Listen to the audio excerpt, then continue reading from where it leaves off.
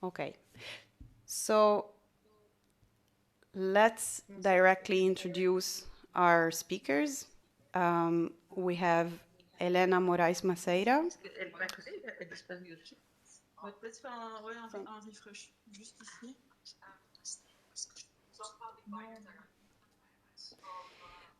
She's Elena. She works for EIGE, the European Institution for Gender Equality, and she's a researcher on gender mainstreaming. She's been working on gender budgeting and the economic benefits of gender equality. And before joining the European Institute for Gender Equality, Elena worked as a gender expert for the Spanish Agency for Development Cooperation, several NGOs, and she was a consultant also for UN Women.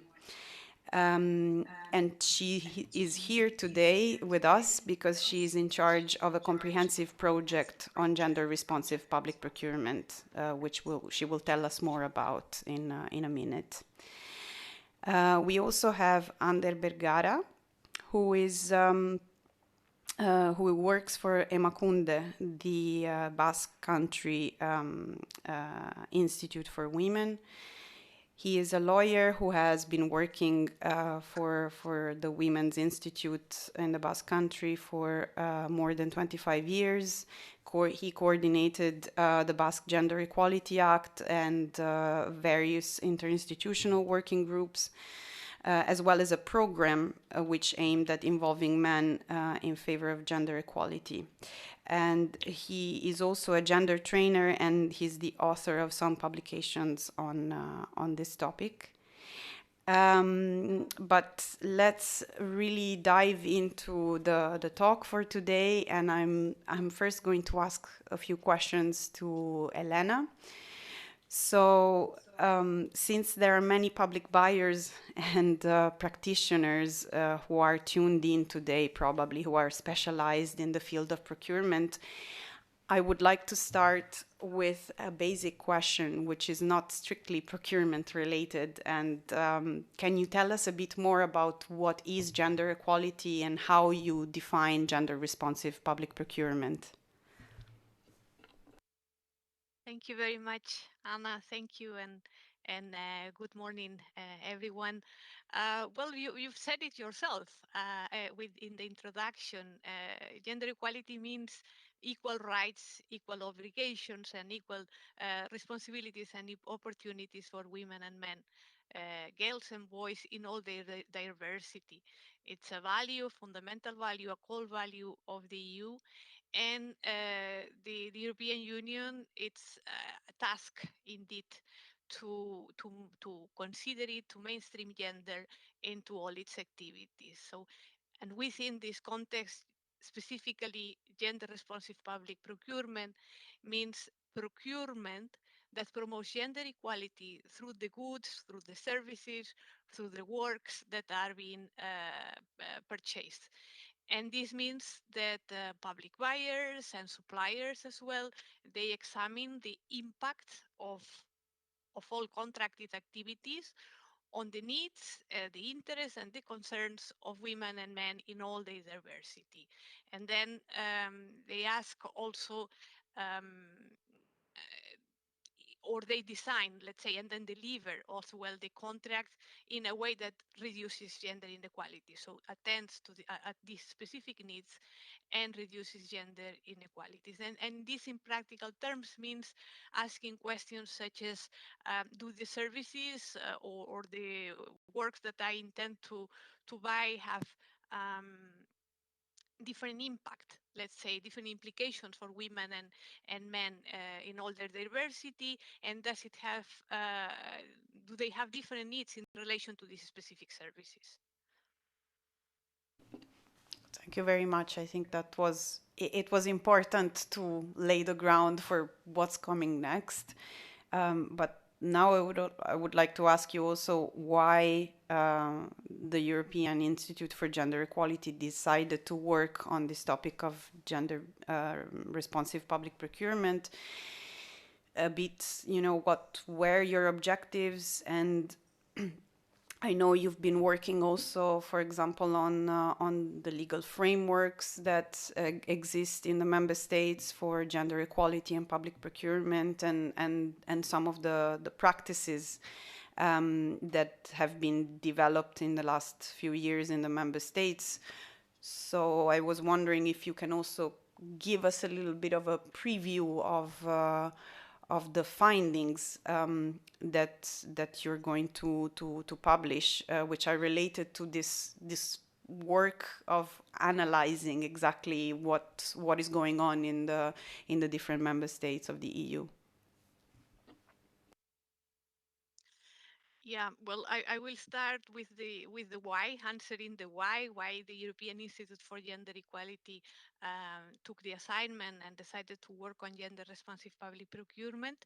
And I would then need to tell you that one of the main tasks of the Institute is to offer frameworks and tailored guidance, clear guidance on how to implement gender mainstreaming. And here I want to connect a bit with the previous question when you ask about gender equality by introducing the main strategy to achieve gender equality, which is gender mainstreaming. It's not a goal in itself, it's rather a strategy which includes or considers the integration of the gender perspective into the whole cycle of programs, policies, laws, and this applies as well to the budgetary cycle and to public spending as well. And the view of doing this exercise of integrating the gender perspective is to promote gender equality and to combat discrimination based on sex. So one of the ways that EIGE has used to provide this specific guidance on how to implement the gender mainstreaming has been the development of tailored methods and tools. And on this basis, EIGE looks at gender responsive public procurement, as a gender mainstreaming tool to promote gender equality through public procurement. So this is the conceptual framework that we from which we departed, and then, as you said, we indeed conducted research, analysis, and this was done in cooperation with our main contractor, AEIDL, and together EIGE conducted research at all the levels, EU and national level. And national level, we cover the regional and the local level as well, looking for the opportunities, the challenges, and the state of play of gender responsive public procurement in the EU. And you asked me about the findings. The main finding, I would say, is that um, the promotion of gender equality as a legitimate objective within the framework of strategic procurement for the advancement of social objectives has been very, very limited within public procurement law and policy in the European Union and its member states. And this, in practical terms, means that many public bodies are not yet aware of the possibility of addressing gender inequalities, gender issues through public procurement. So there is an untapped potential, let's say, for gender responsive public procurement in the EU and its member states. So I would mention that this is the main findings. We also look at those member states that were more advanced in the implementation of gender responsive public procurement, and the assessment reveals that there are enabling factors or preconditions to boost the potential of this practice. And the first one, it comes back to the issue of the legal frameworks and making sure that legal frameworks cross-reference gender equality and public procurement. The legal frameworks for gender equality, the legal framework for public procurement, they talk to each other. When it comes to the strategies for public procurement as well, seeing gender equality as a specific objective or covering gender responsive public procurement in the strategies and enabling condition. The same applies to the gender equality strategies, which refer to public procurement, capacity building programs in place, support structures, guidelines to promote it, regular collaboration between the public procurement offices and the gender equality bodies, and finally, effective systems to monitor and to report on the use of this practice are in place. So in a nutshell, this would be the main findings of the study. Thank you, Elena. I think it's really great to notice that some of the factors that you have mentioned right now, they're sort of like recurring enabling factors for the use of social considerations in public procurement, and we've observed this also in the past two lunchtime talks, that they are extremely important for public buyers to be able to rely on those, to really also explore a little bit what are the possibilities within the confines of pursuing a certain social objective. So I think it's fully relevant, and I will try to also ask you and Ander about some of these factors later on. And I also want to say we realize that gender responsive public procurement is still, to a certain extent, a niche topic in the field of social procurement, and this is also why we're having this lunchtime talk. I think the main objective is also to raise a bit of awareness and make sure that everybody knows it's possible, and it's being done already, actually, by many public authorities.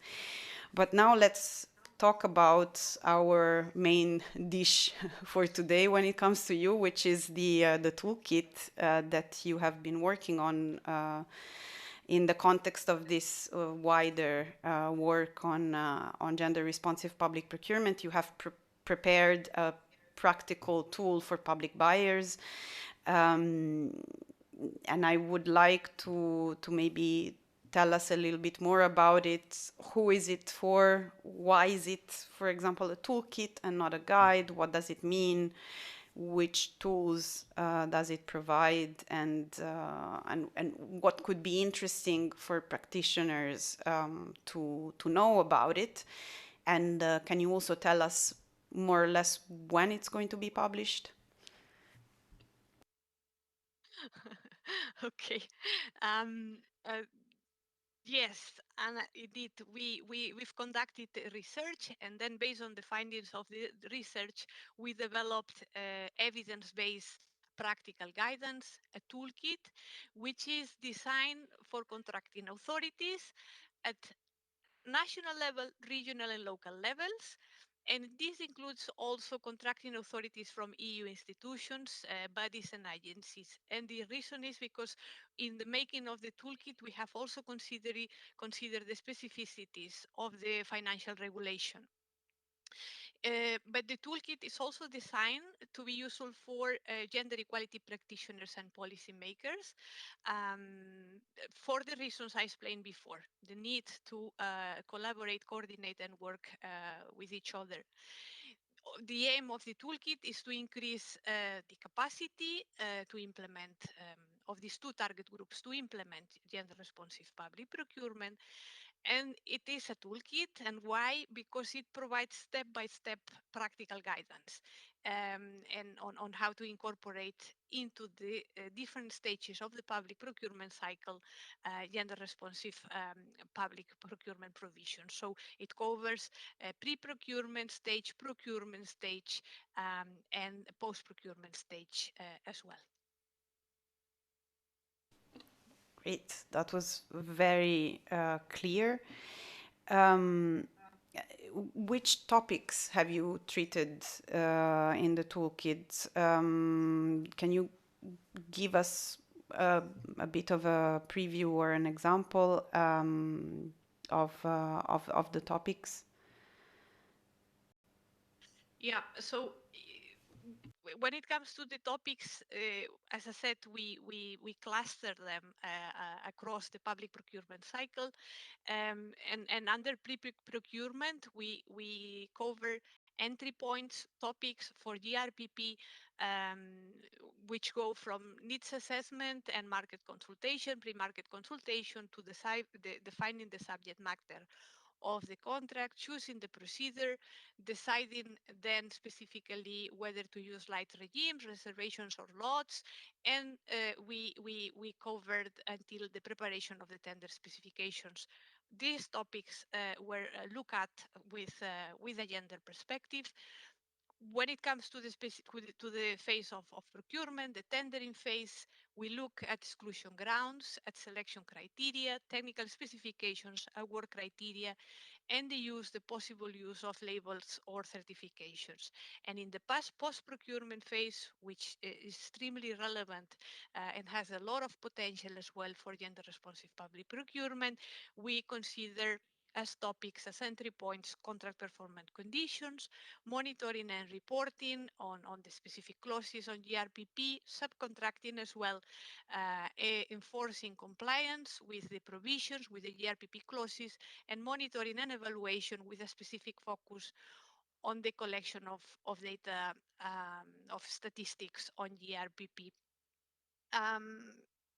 The how part of this, so those are the topics, and then the practical guidance on how to do it.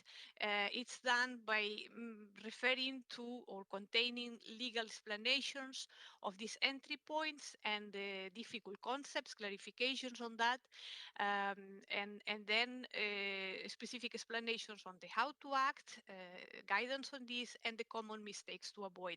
It covers examples identified during the research phase of laws, policy, support structured guidelines, and tools developed by contracting authorities, often in collaboration with the gender equality bodies at national, regional, and local levels, plus 13 practical details tools to apply GRPP.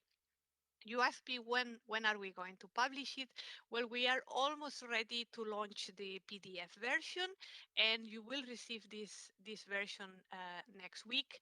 We are also developing an online version, so there will be a downloadable PDF version plus an online toolkit, which I wanted to show you the demo version, how it looks like, but I just learned that there is a bit of return, and sharing the screen would be a bit difficult. So I hope that you would get informed as soon as the online version is also available. We will make sure that this happens, and you all have access to it.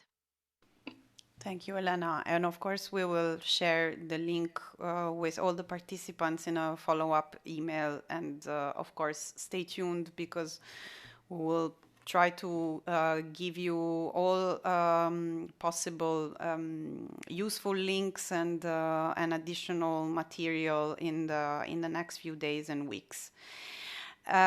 You also mentioned that you have examined, and the toolkit is also integrated with some of the good practices that you've identified across the EU.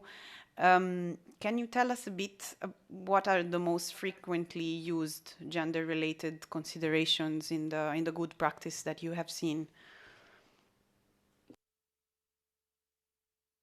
Yeah. So indeed, we wanted, our intention was to do a mapping of a full mapping of the state of play of gender responsive public examples and practices in the EU. And most of the tenders that we identify, and which contain, let's say, gender related terms, women, work-life balance, gender equality, or so on, they do it in the subject matter of the contract. And then the analysis revealed that out of this amount of tenders that we identified, then only a few of them were relevant for gender responsive public procurement.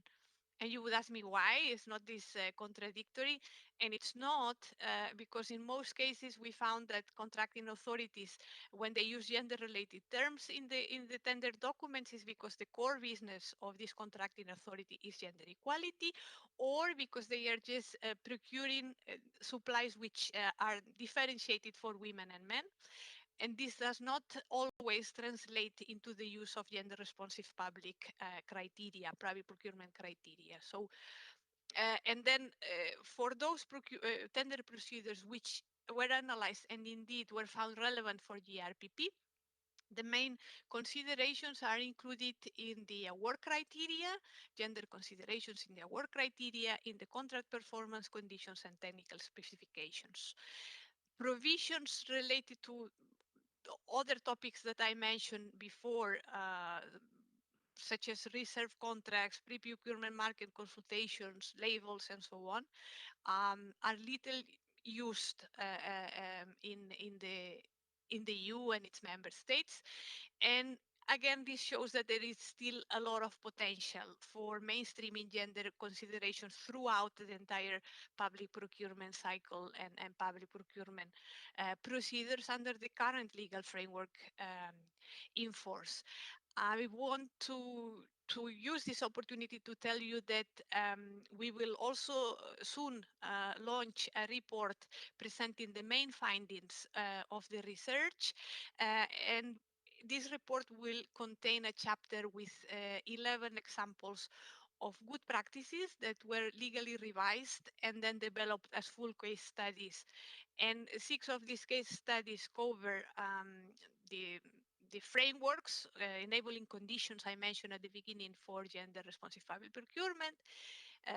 Those are the examples from Spain, from the Basque Country, Belgium, Sweden, and the cities of Vienna and Munich. And then the other 5 examples look specific at public procurement procedures. And here we have developed case studies of examples from Castelló de la Plana in Spain, the city of Giron in France, the region of Lazio in Italy, Poland, and The Hague in Netherlands. So we will make these case studies available rather soon as well. Thank you. That's an additional resource. I think that that is important to precisely to show that this is not, you know, rocket science. It can be done, and there are already some experiences that can be used as inspiration. Let me ask you one final question, maybe, because again, this idea of cooperation between public authorities in implementing socially responsible public procurement is something that is really recurring, I feel, in our discussions with experts. And I was wondering if you noticed anything interesting in particular concerning the cooperation, for example, between public procurement officials and gender equality bodies in the implementation of gender responsive public procurement when you launched this analysis of the different practices and frameworks that exist in the member states for gender responsive procurement.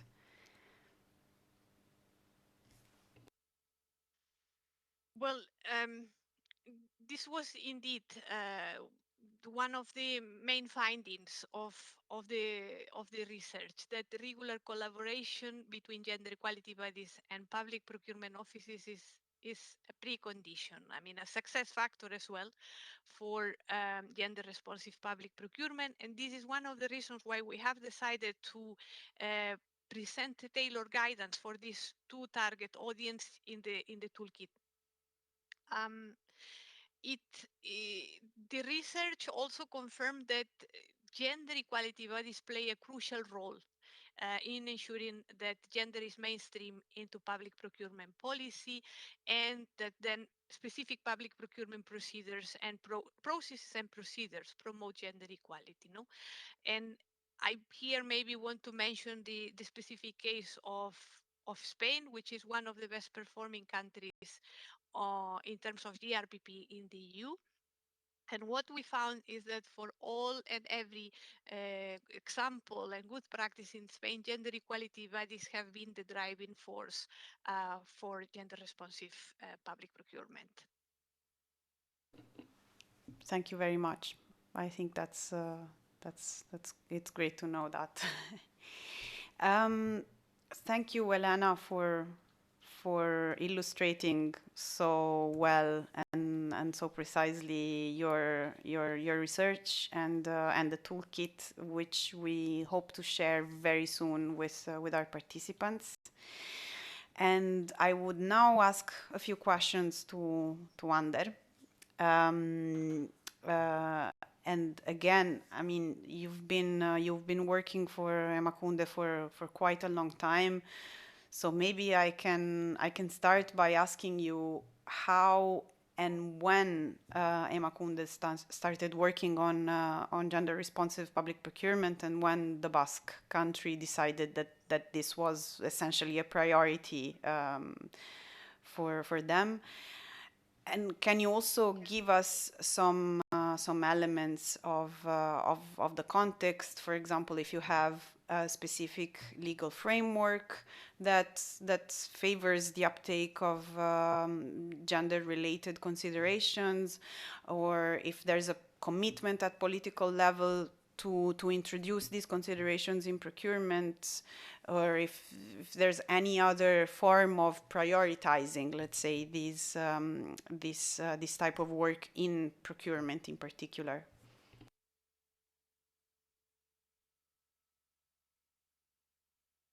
Okay, good morning, everybody.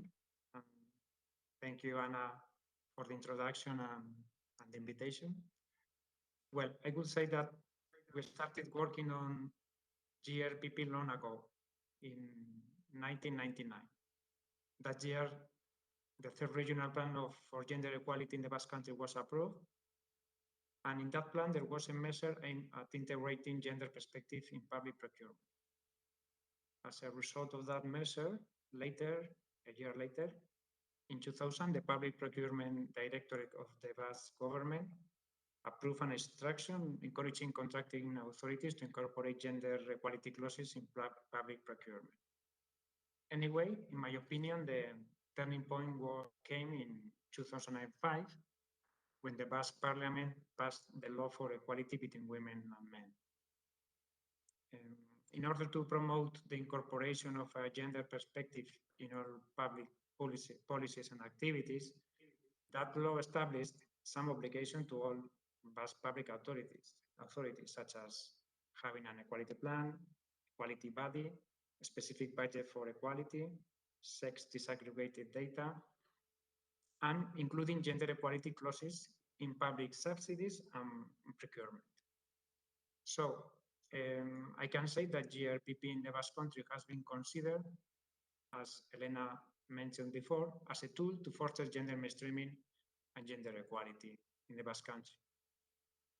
Furthermore, in 2008 and 2019, the Basque Government Governing Council approved specific instructions for the constructing authorities on how to incorporate gender perspective in public procurement. Therefore, I can say that in the Basque Country, there has been a commitment at political level to introduce gender-related considerations in public procurement. And this commitment has reflected on laws, plans, and administrative instructions. During the last few years, we have been working hard on turning these laws, plans, and instructions into concrete and transformative actions. Thank you, Ander.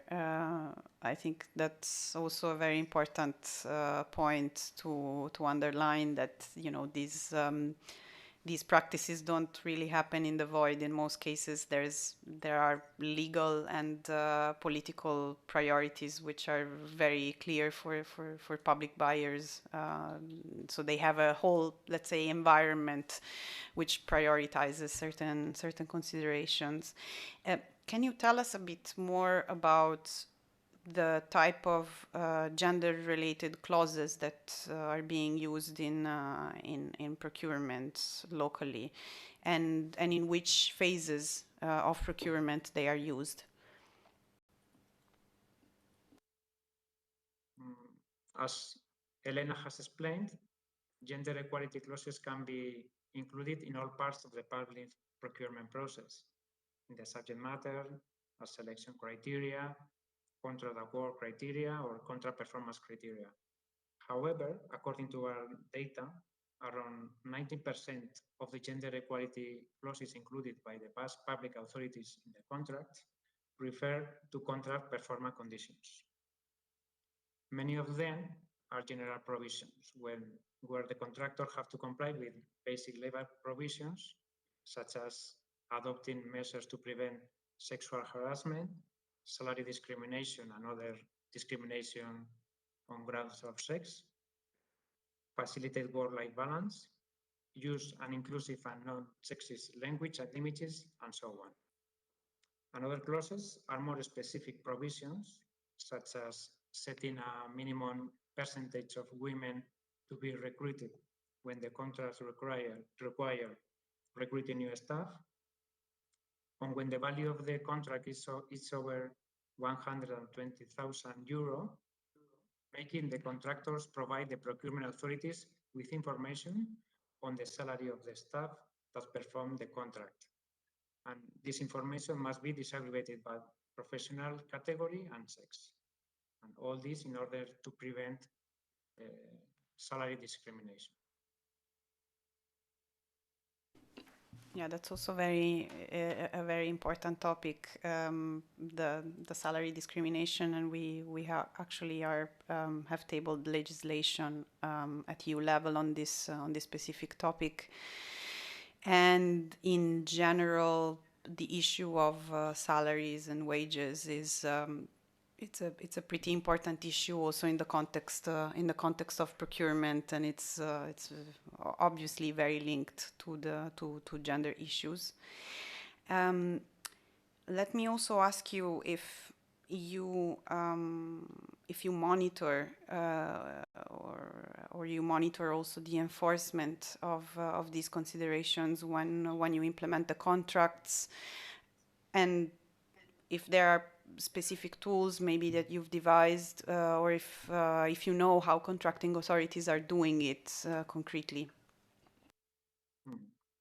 Yes, according to the instructions approved by the past government, contracting authorities are responsible for monitoring and enforcing the gender equality clauses.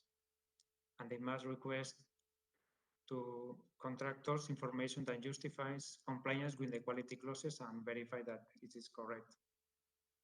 To this end, they might seek advice from gender equality bodies and units.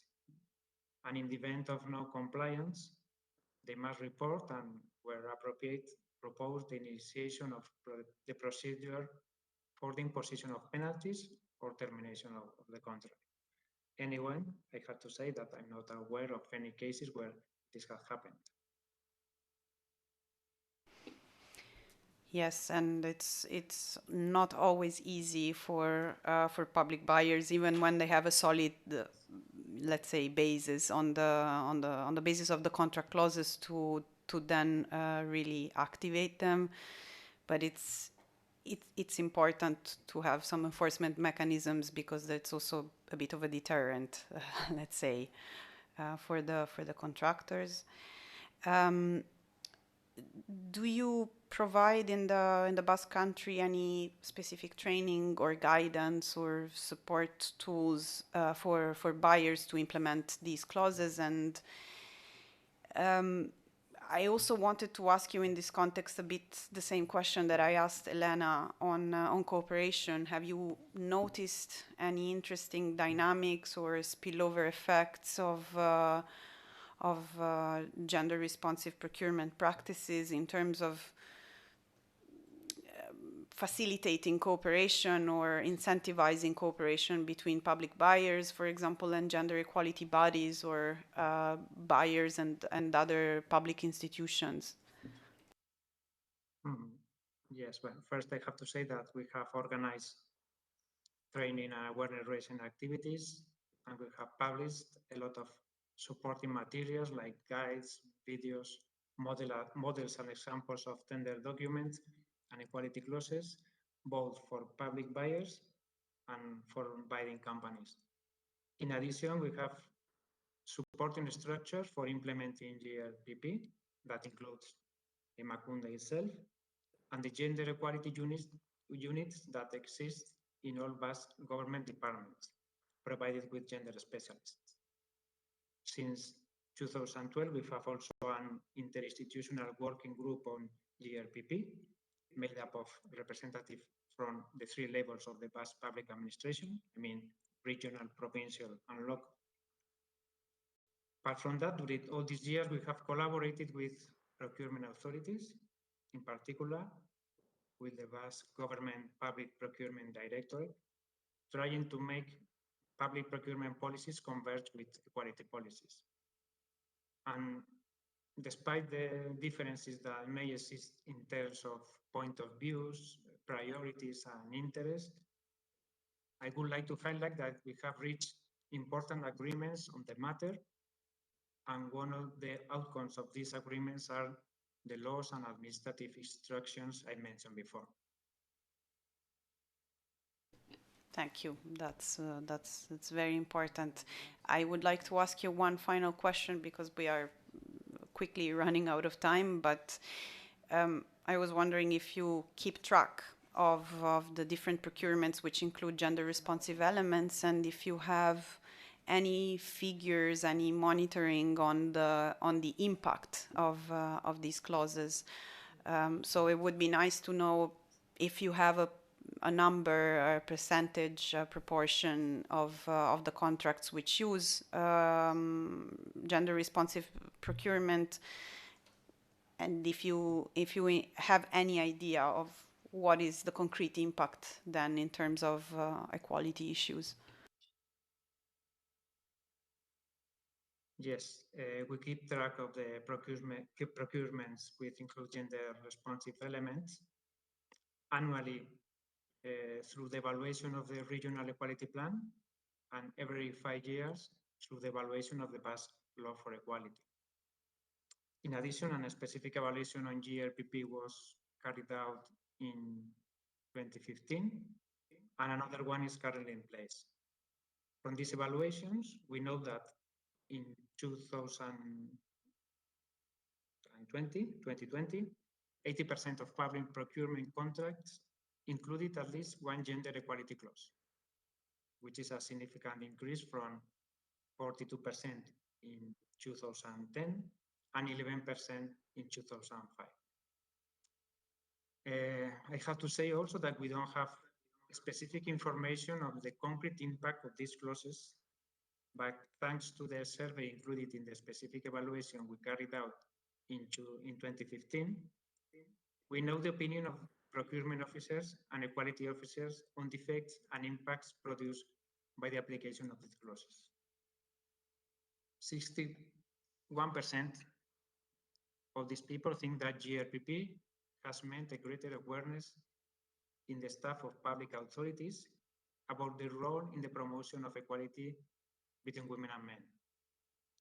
33% say that GRPP has led to a better adaptation of services to the needs of women and men, gaining in proximity, quality, and satisfaction.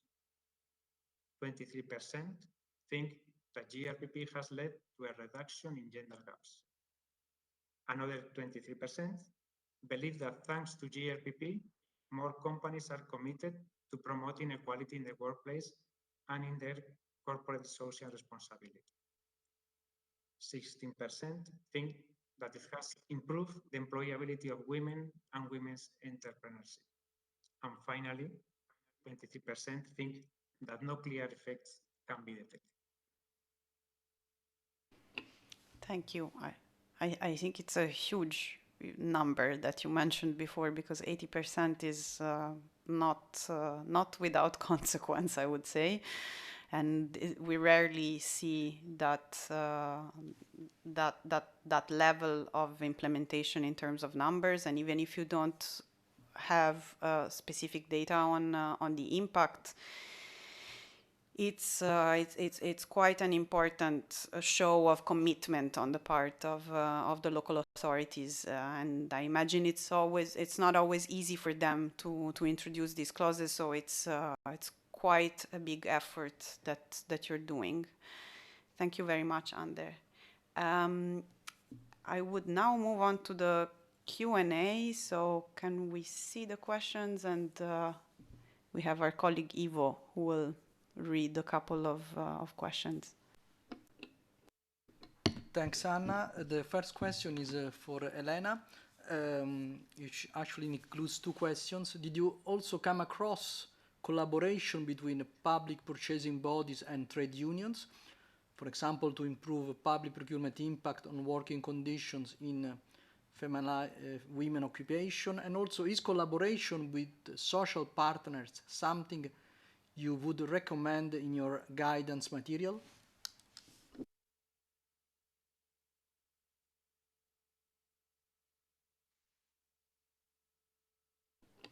Please, I Elena. would say that oh, yes. Yes? Sorry, Anna.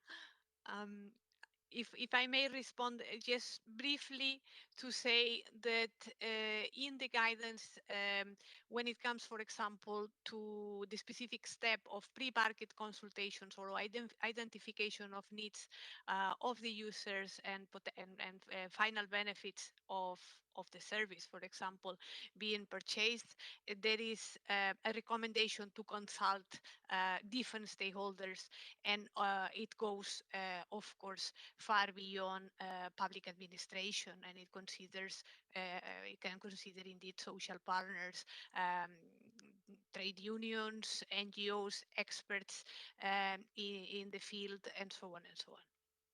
Thank you. Thank you, Elena.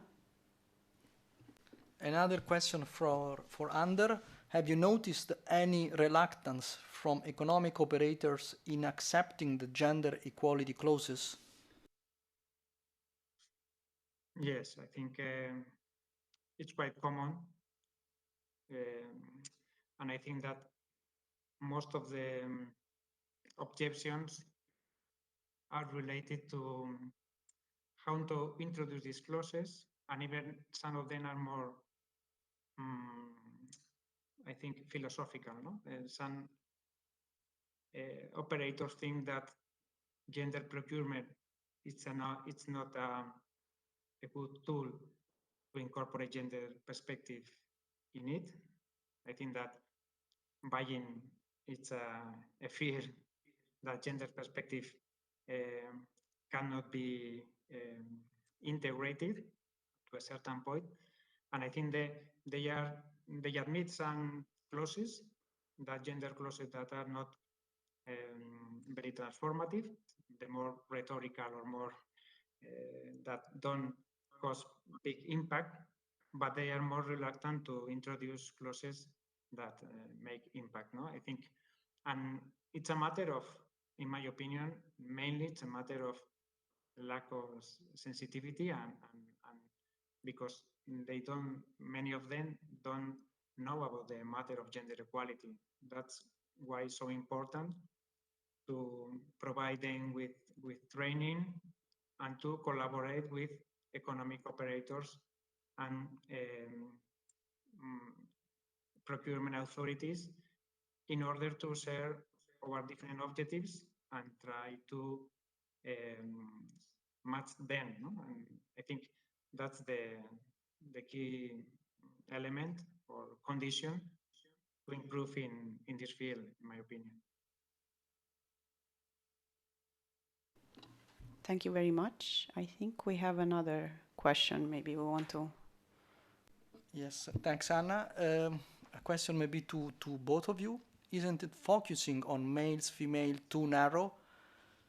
The one who's asking the question says that is researching on gender issues in public procurement. Main criticism faced is non-consideration of all other gender identities.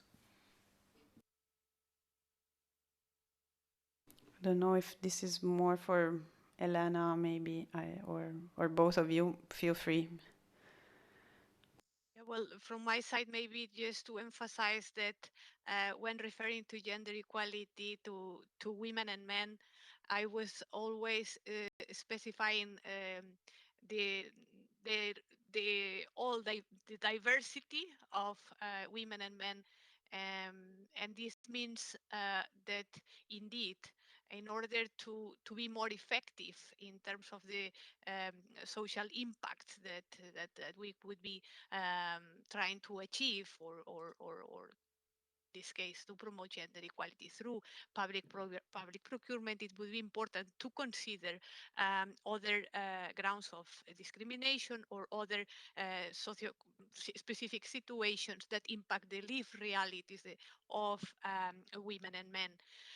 And this refers not only to sexual orientation and identities, but it also refers to or country of origin, or ethnicity, or race, migration status, socioeconomic background, urban, rural, just to give some examples that indeed a specific service being purchased needs to analyze from as broader as possible perspective, in order to make sure that then in terms of impact, the needs of the different groups are met.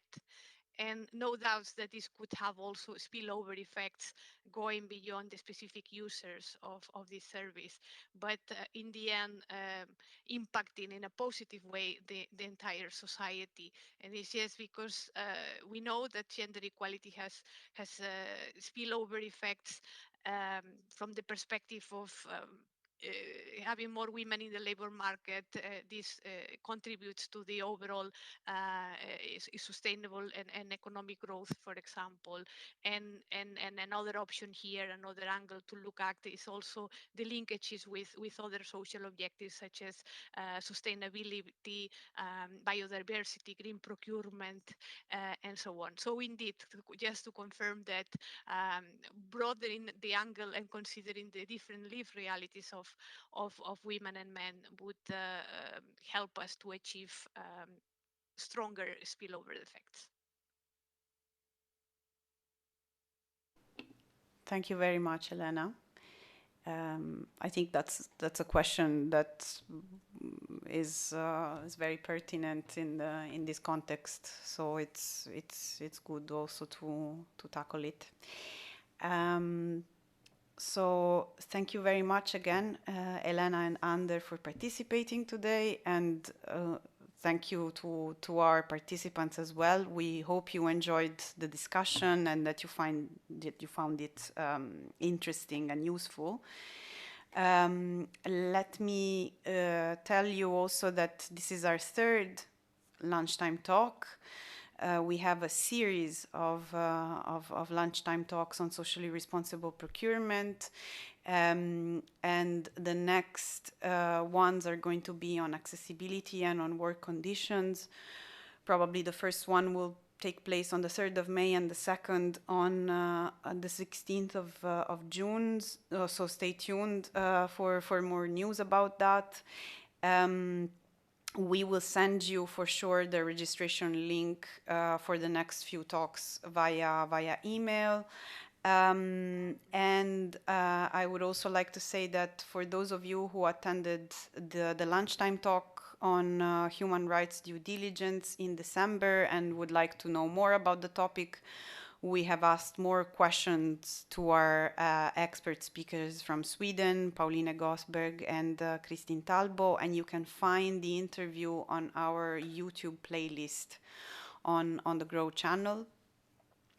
So you just basically have to look for the DG Grow channel on procurement, and if you click on the playlists, you will see we have uploaded all of our previous lunchtime talks, so you can revisit those. But you will also find additional content, this follow-up interview with Pauline and Christine on the playlist.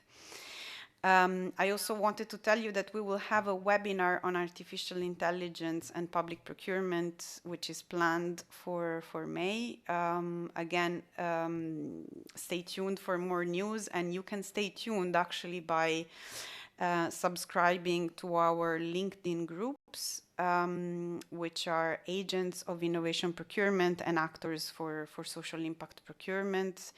Many of you will already know them. I also wanted to finally thank our wonderful team working on strategic procurement in the Commission, and thank you very much also for your attention and for participating, and see you next time at the next lunchtime talk on social procurement. Bye. Goodbye. Thank you. Bye.